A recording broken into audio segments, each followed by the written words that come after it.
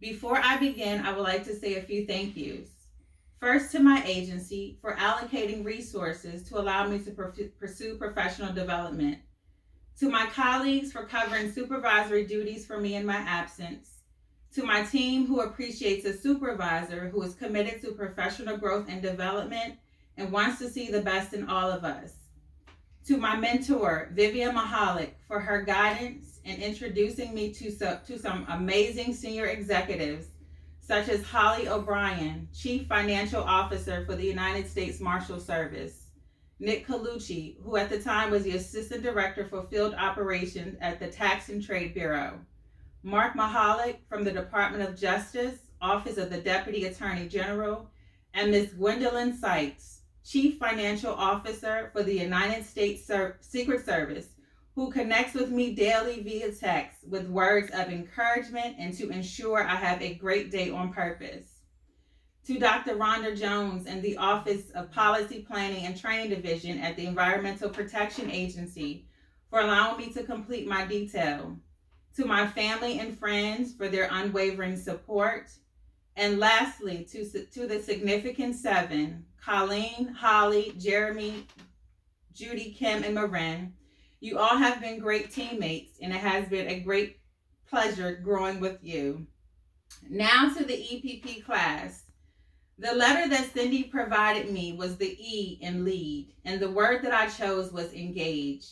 I can attest that we all needed the push to stay engaged during this journey. So as we prepare to enter into our next season of life, I wanted to share how to stay engaged and getting colleagues engaged using the acronym that I coined MAGIC. And you know I had to use an acronym because the use of acronyms is the government way. So M, motivate. If there was one thing that we needed in this program was a whole lot of motivation, especially as we approach these final months to complete these deliverables on top of dealing with the pandemic. And as much as I've ordered from Amazon these last months, if I saw motivation for sale, I would have purchased it by the bulk. But look, here we are. We made it. And if we look back, what gave us that extra push? Was it what helped us to make it through? Was it our colleagues, family, or was it our supervisor that wanted us to focus on our real work versus our EPP work? Whatever your motivation was, remember what has motivated you can be transferred to motivate others on your team and within your organization.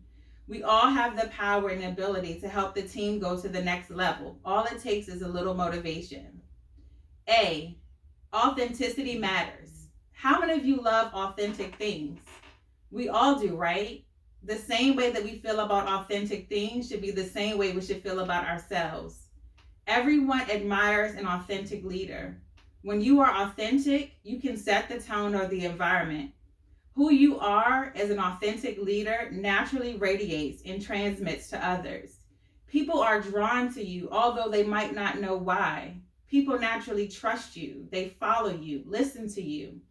And no matter who you encounter, they respect you, even in disagreement. This is because you don't speak truth, you live it. And this type of leadership cannot be purchased. It comes from genuine self-growth. G, give something. How many people love to receive things? It's always a great feeling when we're on the receiving end, but what about giving something? We all know that budgets within our organization have been cut, and giving something monetary is sometimes unavailable and not an option. But what I have found is something that costs nothing but means a lot are simple thank yous. Thank you for your hard work. Thank you for your dedication. Great job. Those small gestures mean a lot. A few weeks ago, I was at an all-hands meeting at EPA, and at the end of the meeting was recognition time. Each program office took the time to recognize their remote heroes. These were people that not only continuing the mission of the agency, but also balancing virtual schooling and taking care of loved ones. Now, this wasn't to exclude those who weren't, but for at least that moment, they recognized it and they appreciate it. So I did the same thing. I thought about who in my office could I recognize as remote heroes, and I recognized them, and the response back was so touching. So think about who you can give recognition to. Remember, this kind gesture costs nothing, but has a great impact. I, invest. One of the definitions of invest is to devote one's time, effort, or energy to a particular undertaking with the expectation of a worthwhile result. During this past year, we took the time to invest in ourselves. We invested in our continued professional growth and development. We invested in the growth of others as we assisted with various deliverables. So, what's next? The worthwhile result. Those results can come in various forms. So, I challenge you to use your investment and help another employee develop and see the results. Use your investment to help bring new ideas and see the results. Use your investment to help move the agency forward in its mission and see the results. And remember, investing does not end here and it's not just for the workplace. Investing can stretch into all areas of your life, your family, your health, your community. And remember to use your investments wisely. C, connections matter. Being able to connect with your staff and colleagues is a sure way to keep them engaged. You'll be surprised how much you have in common with people if you took the time just to get to know them. Connections can break down those silos. I believe that this time has allowed us to connect with those in ways we didn't even know we were possible.